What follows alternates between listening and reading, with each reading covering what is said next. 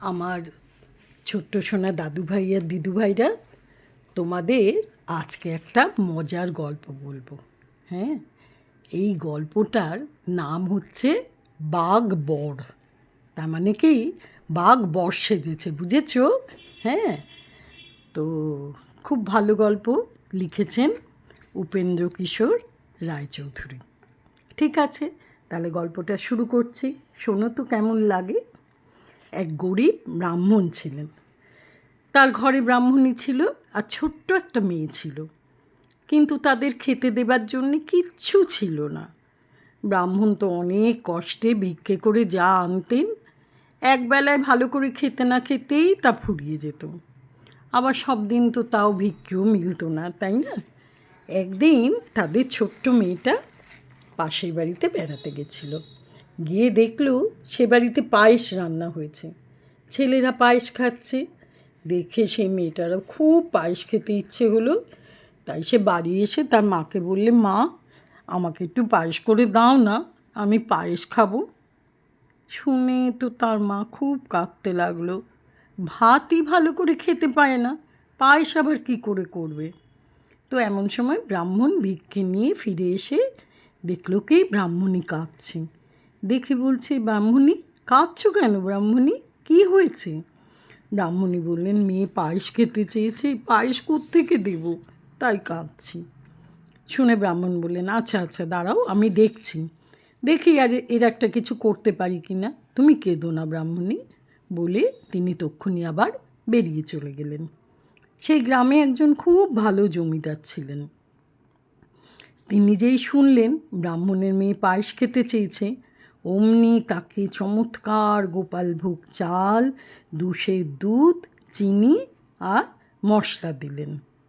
ব্রাহ্মণ তো তাতে খুব খুশি হলো এবং জমিদারকে আশীর্বাদ করে ছুটে বাড়ি এসে ব্রাহ্মণীকে বললেন, এই নাও, তোমার পায়েসের সব জোগাড় এনেছি। তো ব্রাহ্মণীর তো খুব ভালো লাগলো। তিনি খুব সুন্দর করে পায়েসটা রান্না করলেন। এমন রান্না কেউ কখনো খায়নি। তিনি যখন পায়েস রান্না করতে লাগছেন, তখন তার চমৎকার গন্ধে আশেপাশে সব লোক পাগল হয়ে উঠল। একটা কাক সেই পায়েসের গন্ধ পেয়ে না বলল, আহা, এমন চমৎকার জিনিস, একটু না খেয়ে দেখলে তো চলছে না, বলেই সে ব্রাহ্মণের ঘরের চালে এসে বসল। কাক অনেকক্ষণ ধরে ঘরের চালে চুপ করে বসে রইল। তারপর রান্নাঘরে একটু শব্দ হতেই সে বলল, ওই রে, এবারে বোধহয় রান্না হয়ে গেছে। খানিক বাদে আরেকটু শব্দ হলো, আর অমনি কাক বললে, ওই এবারে বোধহয় পায়েস বাড়ছে। খানিক বাদে আর একটু শব্দ হলো, অমনি কাক বললে, ওই এবারে বোধহয় খাচ্ছে। সত্যি সত্যি ব্রাহ্মণ আর তার মেয়ে তখন খেতে বসেছিল। সে পায়েস এতই ভালো হয়েছিল যে তারা দুজনেই প্রায় শেষ করে ফেলল। ব্রাহ্মণের জন্যে তো খুব কম রইল। তারপর ব্রাহ্মণের খাওয়াও যখন শেষ হলো, তখন পাতে বা হাঁড়িতে পায়েসের একটু অংশও রইল না। কাক তো এতক্ষণ বসে বসে অপেক্ষা করছিল, কিন্তু দেখলো সে কিচ্ছু তো খেতে পেল না। তখন কাকের খুব রাগ হলো। সে মনে মনে বললে, আমাকে এমন করে ঠকালে, দাঁড়াও দেখাচ্ছি মজা, এর সত্য নিতেই হবে। ব্রাহ্মণের বাড়ির কাছে একটা প্রকাণ্ড বন ছিল। সেই বনে মস্ত একটা বাঘ থাকতো। কাক দুষ্টু বুদ্ধি এঁটে সেই বাঘকে গিয়ে বললে, বাঘমশাই, আমাদের ব্রাহ্মণ ঠাকুরের একটা সুন্দর মেয়ে আছে, আপনি এত সুন্দর বর, আপনার সঙ্গে মেয়েটার বিয়ে হলে খুব ভালো হয়। বাঘ বললে, বিয়ে ঠিক করে দেবে কে? আমি কথা কইতে গেলে তো তারা ছুটেই পালাবে। কাক বললে, আপনার কিছু করতে হবে না, আমি সব করে দিচ্ছি, আগে আপনি ব্রাহ্মণকে কিছু খাবার পাঠিয়ে দিন। বাঘ বললে, বাহ, ভালো কথা, আমি গ্রামে গিয়ে কুকুর মেরে বামুনের বাড়ি রেখে আসবো। কাক তো তা শুনে জিভ কেটে বললে, আরে না না না না, তারা কেউ কুকুর খাবে না, আপনার বাড়িতে যে লেবুর গাছ আছে সেই গাছের লেবু পাঠিয়ে দিন, আমি লেবু নিয়ে যাব এখন। বলে সে কয়েকটা লেবু নিয়ে ব্রাহ্মণের বাড়িতে দিয়ে এসে বললে, বাঘমশাই, তারা তো লেবু খেয়ে ভারী খুশি হয়েছে, এমনি করে দিন কতক লেবু দিলেই মেয়ের বিয়ে দিয়ে দেবে।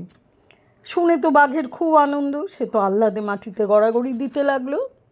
এমনি করে কাক রোজ লেবু নিয়ে যায় আর বাঘকে এসে বলে যে তারা মেয়ের বিয়ে দেবে। আসলে তো এটা পুরোটাই মিথ্যে কথা, কিন্তু বাঘ মনে করে ব্রাহ্মণ বুঝি সত্যি সত্যি মেয়ের বিয়ে দেবে বলেছে। তারপর একদিন তো বাঘ খুব ক্ষেপে গেল, বলল কই লেবু তো ফুরিয়ে গেল, মেয়ে তো বিয়ে দিলে না। কাক বললে দেবে বই কি, আপনি যখন চাইবেন তক্ষুনি দেবে। বাঘ বললে তবে তাদের বলো গিয়ে, যদি কাল রাত্রে মেয়ে বিয়ে না দেয় তাহলে তাদের সবাইকে চিবিয়ে খাবো। কাক তো তাই চায়, সে তক্ষুনি ব্রাহ্মণের বাড়ি গিয়ে বললে, ওগো শুনছো, কাল রাত্রিরে বাঘ আসবে তোমাদের মেয়ে বিয়ে করতে, যদি বিয়ে না দাও সকলকে চিবিয়ে খাবে। এ কথা শুনেই তো ব্রাহ্মণ আর ব্রাহ্মণী খুব কাঁদতে লাগলো, চেঁচিয়ে চেঁচিয়ে কাঁদতে লাগলেন। কান্না শুনে গ্রামের লোক ছুটে এসে বললেন, কী হয়েছে? ব্রাহ্মণ কাঁদতে কাঁদতে বললেন, কাল বাঘ আসবে আমাদের মেয়েকে বিয়ে করতে, বিয়ে না দিলে সকলকে চিবিয়ে খাবে বলেছে।